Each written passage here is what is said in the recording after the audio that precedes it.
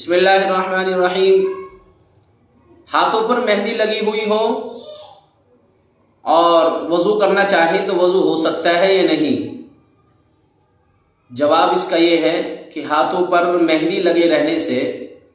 وضو میں کوئی خرابی نہیں ہوتی، وضو صحیح ہو جاتا ہے۔ اسی طرح سر پر مہندی لگی ہوئی ہے اور آدمی جنابت کا غسل کرنا چاہتا ہے تو کہ اس صورت میں اس کا غسل ہوگا یا نہیں؟ تو جواب یہ ہے کہ سر پر مہندی لگے رہنے سے غسل کرنا چاہے تو غسل ہو سکتا ہے، اس میں کوئی چیز مانع نہیں ہے۔ اسی طرح ایک مسئلہ یہ ہے کہ اگر ہاتھ پر یا بدن کے کسی حصے پر رنگ یا پینٹ لگ جاتا ہے تو پھر آدمی وضو کرنا چاہے یا غسل کرنا چاہے تو ہو سکتا ہے یا نہیں؟ تو جواب یہ ہے کہ رنگ اور پینٹ اس طرح کا جس میں پرت ملا ہوا ہو،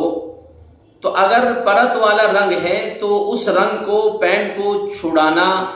اس کو ہٹانا ضروری ہوگا۔ پینٹ کے لگے رہنے سے، رنگ کے لگے رہنے سے آدمی اگر وضو کرنا چاہے اور اعضائے وضو پر وہ پینٹ اور رنگ لگا ہوا ہو تو وضو درست نہیں ہوگا۔ یا بدن کے کسی حصے پر لگا ہوا ہے اور آدمی غسل جنابت کرنا چاہتا ہے تو ضروری ہے کہ پہلے اس رنگ اور پینٹ کو اپنے بدن کے حصے پر سے ہٹائے گا، اس کے بعد ہی آدمی غسل کرے گا تو غسل ہو سکتا ہے، نہیں تو غسل صحیح نہیں ہوگا۔ اسی طرح ایک مسئلہ یہ ہے کہ عام طور پر عورتیں ہونٹوں پر لپسٹک لگاتی ہیں اور اپنے ناخنوں پر پالش لگاتی ہیں، تو کیا ناخنوں پر پالش لگے ہوئے رہنے سے اور اسی طرح ہونٹوں پر لپسٹک لگے رہنے سے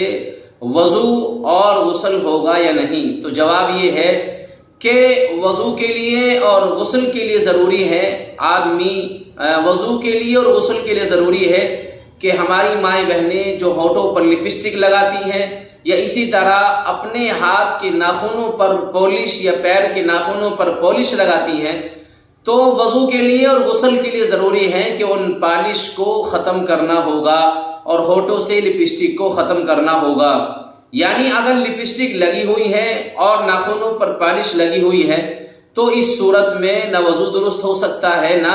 غسل درست ہو سکتا ہے۔ ہاں، لپسٹک کے تعلق سے کچھ یہ صراحت کی گئی ہے کہ اگر لپسٹک تہہ دار لگی ہوئی ہو یعنی پرت اس میں شامل ہو، اگر پرت نہیں ہے تو پھر کسی بھی صورت میں،